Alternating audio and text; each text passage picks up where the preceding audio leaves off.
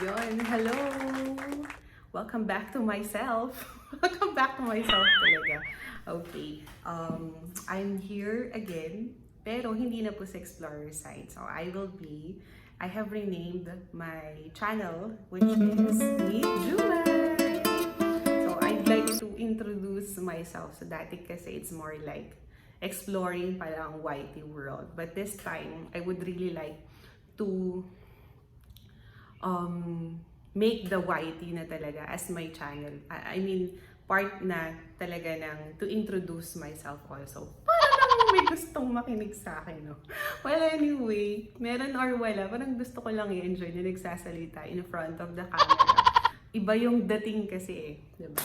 So, what's my first content for this vlog? Okay. It would be a question.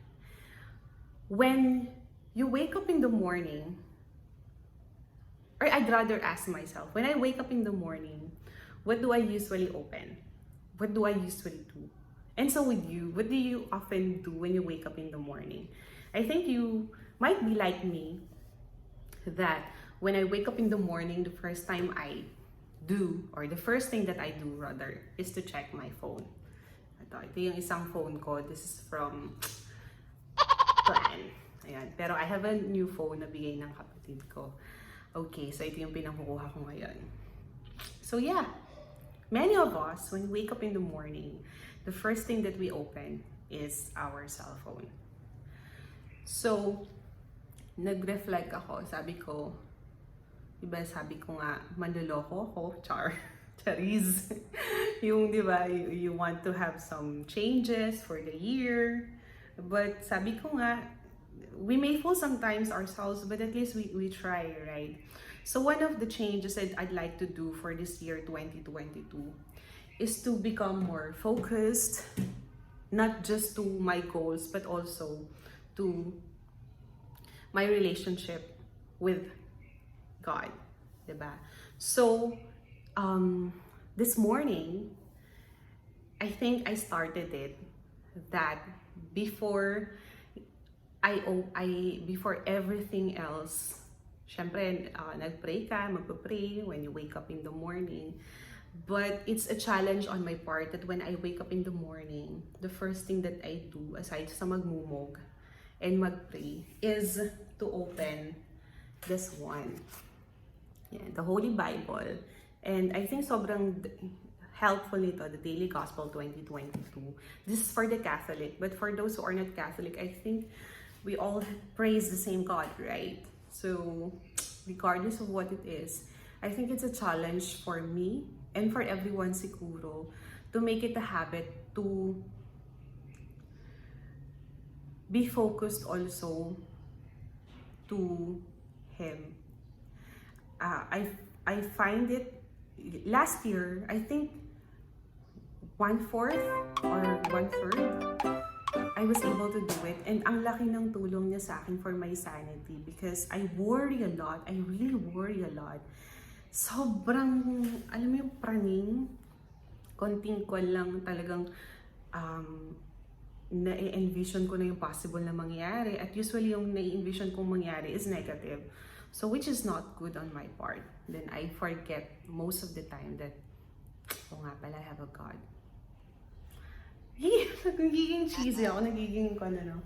Hindi po ako preacher ha, but I just really want to share a part of me with this one. Whether there will be some who will be listening or not, but what matters is I enjoy doing this. Hopefully there will be some also who would enjoy. Okay, so yan, ang ganda. And for this day, January 4, I think, right? Ang ganda nung nakalagay dito from Saint Elizabeth Ann Seton. Of course, there is the reading here, having Jesus in feeding, I think, the stomach of the people. And I think it emphasizes here that aside from feeding our soul, we also feed ourselves. And I think they go hand in hand. And that's what God acknowledges. Diba? Si Jesus, He acknowledged that na yung mga tao were also tired, were also hungry. And so, He also accommodated them and helped them. And I think that's what I like most about God also, di ba? And then I like this one. So sabi ko, parang akma siya dun sa iniisip ko and dun sa plan ko as one of the changes that I have for this year 2022. And I would like to read, and I will be putting it also in the caption, from Saint Elizabeth Ann Seton. And of course, my daughter is noisy. The first end I propose in our daily word is to do the will of God. Tignan mo yung pangalawa. Secondly, to do it in the manner He wills it. And thirdly, to do it because it is His will. Ang galing, sobrang akma siya sa akin kasi, to tell you honestly, last year, I put a lot of plans in my notebook. Ang dami kong nilagay.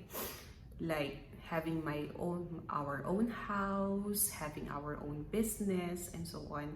Pero, I don't know, but at the back of my mind, I was thinking, and I was just whispering, sabi ko, I was asking, Lord, what do you will for me? Ano po ba yung will niyo sa akin? At yun po yung gagawin ko. And I think this is one of which, para naman may magtsatsaga, bahala ako na magtsaga ka. Pero I really want to share this one, that ang dami nating time sa social media, ang dami nating time ang dami kong time before sa Netflix. I can do Netflix, I can watch Netflix for around 10 p.m. until 3 a.m. What? Diba? But then I don't spend the time to read the Bible. Though I tried to make it a point last year to read and to reflect and write it down in my notebook. And it really helped. Ang sarap ng feeling. And I want to share it. And sana some of you will do it also, just like mine. I'm not saying this because I want to brag. I want to, pag malaki na, ganito nagbabasa ako. No, it's not. But I want to share the feeling that hopefully those, or this one, you who might be listening or watching, will do the same thing. Diba? But of course, I also dream. I'm dreaming of sharing something for the people around me. I dream of providing more for my family. But at the end of the day, I think I should always ask also if it's the will of God. But at the end of the day, I think anything that is good is the will of God. And if ito, gusto ko talagang igawin talaga, GPS, God's presence in silence. Always find time with God. An hour, 30 minutes, 15 minutes, just to make sure that we find time with God. Yun. I don't like to be a preacher because it feels like hindi ako ganun ka-credible. Kaya lang, yun lang. I just really want to share one or two, or myself even, di ba? Yeah. So, yun lang. And I want to go back to myself that I am a child in God's eyes. I am a child. Huwag akong magmagaling na parang kaya ko lahat because we have God. Diba? Who is willing to help us. We have a Father who is willing to help us. Yung parang most of the time kasi it feels like hindi ko na kaya lahat. Hello, meron kayang someone, a Father who is willing to help us. Diba? Ayun, so that's all, ladies and gentlemen. That's all myself. Para ako lang din naman manunood. Well, anyway, in God's time, in God's perfect time, I really want my channel to be an avenue more of spreading positivity, inspiration, and yeah. I may not be as inspiring as the other people, but we'll learn even from simple things. Ako kasi, I love learning from people. I love learning. Isa yun sa mga gustong-gusto kong gawin. I love learning from people. I love listening from people. Yeah, I may not be perfect. Nobody's perfect at the end of the day, but yeah, we can learn from others. And sometimes, we can learn from ourselves. Yun, dami ko nang sinabi. Ayun, basta enjoy lang. So once again, this is me. Meet me. I'm Jumai, reminding everyone to always choose to be happy. Jollibee. Bye!